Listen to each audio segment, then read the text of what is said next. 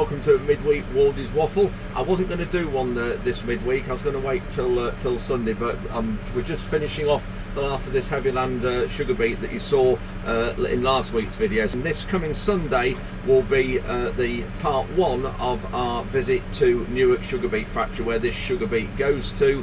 And you'll see it being processed into sugar. So let's crack on with this few minutes update. You'll just see the last of this sugar beet. We've got a lot of soil out, which is good. The weather's okay at the minute. It's just forecast to rain a bit later. We don't want any rain while we're loading beet, because there's a lot of soil in this heap, as you saw in last week's video, and it needs to be dry overhead to get the soil out. You can see the amount of soil under the cleaner now, so I'm just going to move that out with the bucket. Apologise for the dirty window. Just maybe see there how much we get. And then we've got this heap just here. And this will then stay here. And it will go back on the field that we lifted this beet from, which is the one just to the side of the lorries. Pete's just jumped on the Manitou. He's driving this one of GR Ward's, my relations today. He normally loads their beet, so he's used to filling the cleaner, but I think their cleaner's a bigger one. It's a Larrington cleaner they've got. Can't quite see with the sun, but you can see the amount of soil it's taken out. I'll try and get near to him when he's... look at the amount that's coming out there.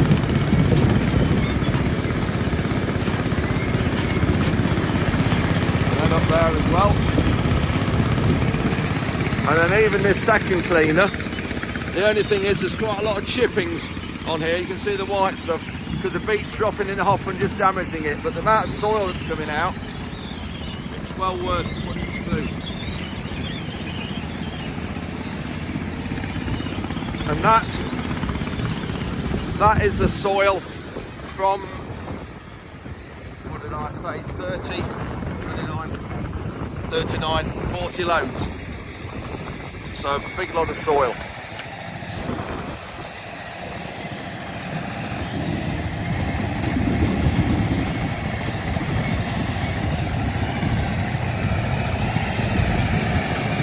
So yeah, this soil, it'll stay there until harvest, and we always make sure it goes back on the field that it came off, which is this one just here.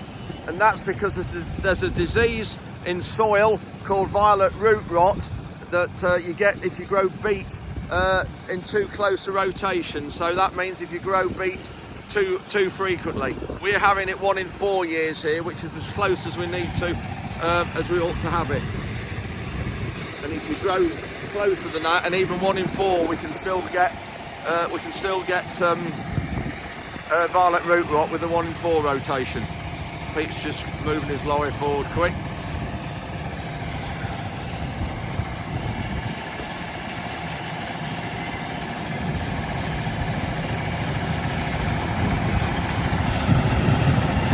We've just swapped to GR Ward's, our relations just up the road. They're at Caythorpe, which is 2 villages away. I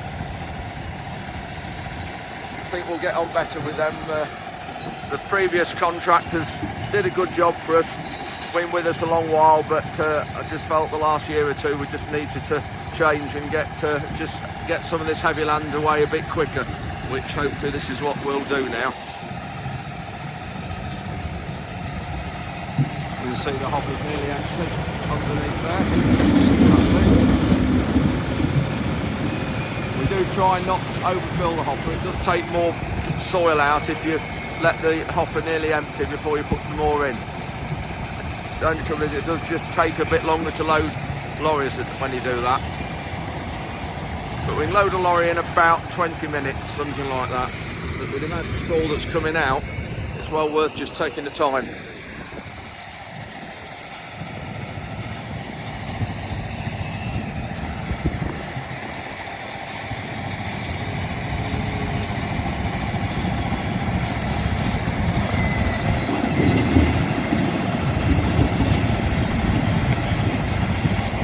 Just changing lorries, and while we do that, we just switch that one off, but leave that one running, try and fill the hopper up and just save a few minutes loading the lorry. So we're a race to try and get the lorry underneath and get it in position before that hopper overloads. Okay, that's good. I'll just stop that cleaner running. I'll just get ready. Alright, pull that handle down.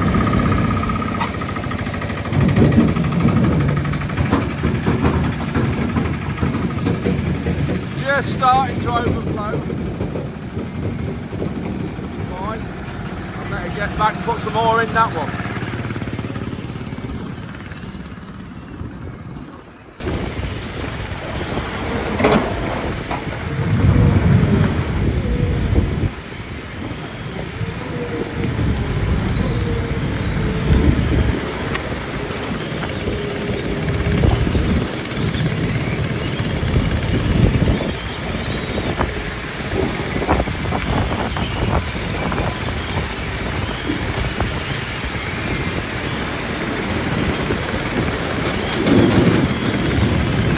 Starting to get the beat now from the edge of the concrete panels.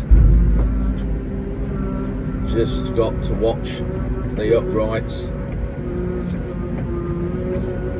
If you just look there, you can see that sticks out a bit there.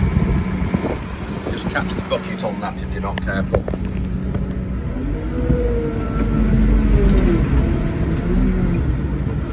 So that's just up to the chains of that cleaner. That's had 14 loads underneath just today. There will be some chippings in this. It's not all soil, but a good lot of it is. So it just shows the value of getting this second cleaner, getting it through it. I haven't tried any loads without going through that other cleaner, so don't really know the benefit of it, so it is a bit difficult to say. I'm going to put this now on this heat. Apologise for the cloudiness, it's the windows. Yeah, you can see there the chipping and things on it, so there's quite a lot of chip beat there. Got another lorry coming down the track now, so that will be load number 16 today. You can just see the tracks are not standing up to it very well. We'll have to get all those planings or some planings on it and get it repaired in the spring, but there's a good base underneath those tracks, so it's just the top layer that's giving way. You just see the feet going up the elevator up there, and those links on the top, they're static, and you can see the feet rumbles underneath them, and it's as the elevator underneath that's going round carries the beat up, it then rolls the beat around, and that top elevator sort of shells the soil off the beat. And it does work really well, to be honest. This one's our clean, remember, and I don't know how old this one is. It's got to be at least 30 years old. And then you can see the other one of the neighbours up there, it's similar. You can see how the links on the top are static and the beat's rolling around underneath them, and it's that sort of cleans the beat. But yeah, did a good job. Well, that's the last full lorry going, but unfortunately I've left this little heap in the corner. Don't know what there is there. A couple of ton, 3 ton maybe, but of course not worth taking that in on a lorry just with that in it when they hold 29 tons. So that's it sorted for that field. So that's good. That's 47 loads altogether off this field here. This field just there, 30-acre field. This morning we've had 18 loads today. I started at 6 AM and it's now 1 o'clock, and this is Tuesday, and so that's 18 loads. Now a lot of cleaners would load those in a lot quicker, but this is an older cleaner, and we've only just been putting it through steady to make sure we get the soil out. Just got to clean the cleaners out now and get all the soil off the frame and everything. Clean the hoppers out, and then this one here needs to go back to the neighbours because they're loading beat first thing in the morning. This is what I've just cleaned out. The hopper is all stuck to the sides. You can see there's a lump of soil. That's not sugar beet, that is soil. And this is why, if they got in the sample, obviously that would be a big soil tear, what we call tear and it wouldn't be good to get that in the sample. Another one there, another big lump of soil there. So we've got to separate the cleaners now and get this one out the way, and it's just starting to rain. So we just move it with the bucket like that, get the bucket under the drawbar, swing it out. Best way of doing it. There, I'll get it out like that so we can get it the drawbar. So we'll just move this completely out the way of the soil, so I can get it on the hitch on the back of this, on the back of the Manitou. There we are. I've just got it out the way. Now I've got it on the Manitou now, so I'm going to take it up to the yard, and it's only going just across the road from the main yard on the A side of the A17, so not very far away at all. So I won't drop the elevator because I'm literally going across the road, and it's in a straight line, and it's only about a quarter of a mile.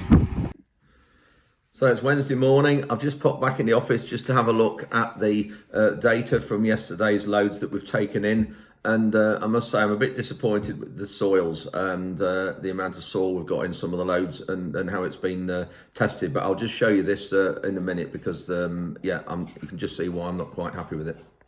So this is the front page of the grower section of our section in the British Sugar website. You can see here our tonnage here has gone up from where it was the other day. So we're at 2,463 tonnes delivered here of 3,000 tonnes. And CTE, remember, is contract tonnage entitlement. That's the tonnes we're contracted to British Sugar. So that has changed. But if I can just show you, actually, I'll just go down here and you can just see here as well, sugar content.